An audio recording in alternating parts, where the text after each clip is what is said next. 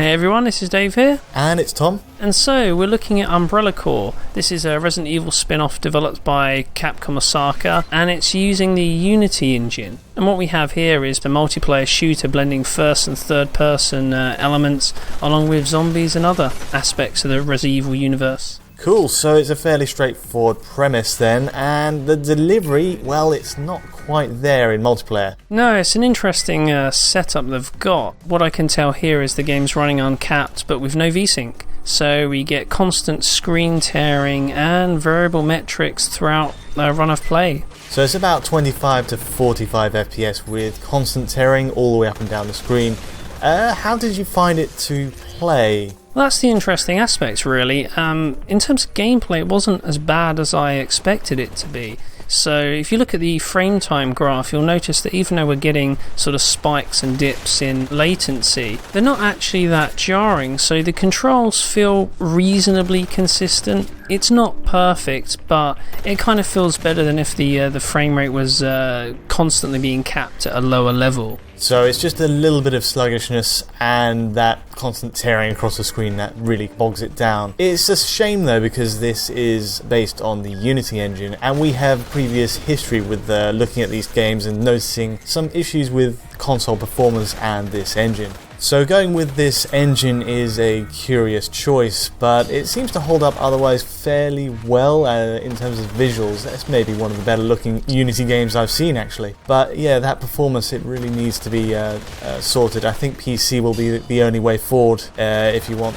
a squeaky clean delivery. Yeah, definitely, that's right.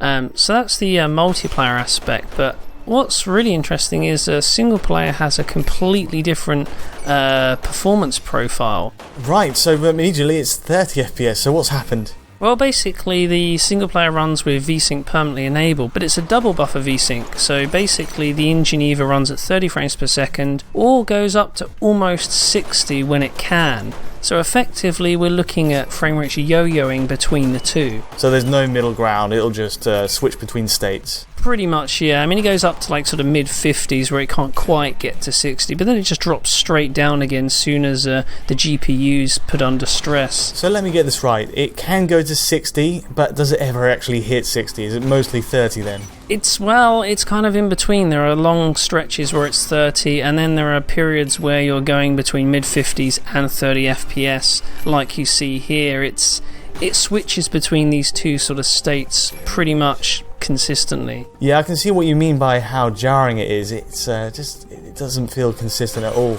So between the unlocked multiplayer with tearing and this double buffer VSync single player, which would you say is the preference? I gotta say, even though I'm not keen on the screen tearing, the multiplayer setup's a lot better for gameplay.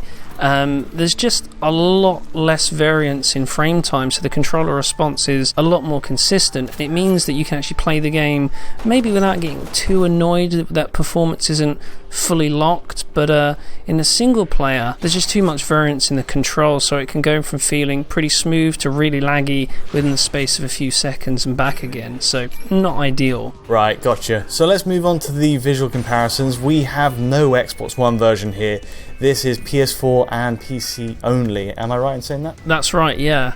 So the comparison basically boils down to, well, the resolution is 1080p native on PS4 with post-process anti-aliasing, but are there any other differences? Well, the main technical difference between the two is that ambient occlusion is actually turned off on PlayStation 4, whereas the PC you get 3 different settings for the effect. Okay, so is that screen space and horizon based? Well, they don't actually list them, it's kind of just low, medium and high, but even low adds a lot more depth to the environments. Well, it is known to be a taxing effect, so it comes as no surprise that maybe that's something they would strip out, but usually the PS4 is able to take it, especially when it's running at 30 FPS, as it does in most scenes in this game, so that's a little bit disappointing.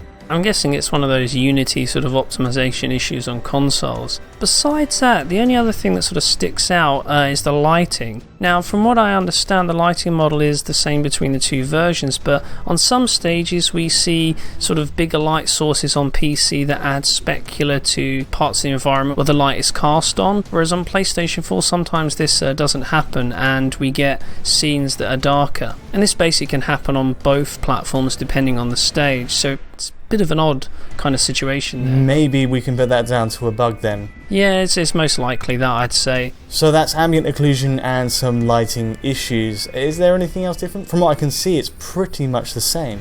No, in other areas we're looking at the same artwork, same shadow quality. You know, it's basically identical aside from those two particular differences. So in terms of image quality, we can usually expect the PC to get a lead here, but curiously there's no anti-aliasing options present on the PC games, so we're kind of stuck with the post-process solution that Capcom have given us, which means the presentation is a bit softer than we expect. Obviously you can bump up the resolution beyond 1080p though, which is one way of doing it, but it would be nice to get some selectable image quality options available. Right, of course you can tweak the game in NVIDIA's control panel or AMD's, using DSR or VSR to super sample the image, but yeah, you're saying the post-process filter is always there as well on top of it. Yeah, exactly. Right, I think that about covers it then. If you enjoyed this analysis, please do like and subscribe, it really helps us. And until next time, thanks for watching.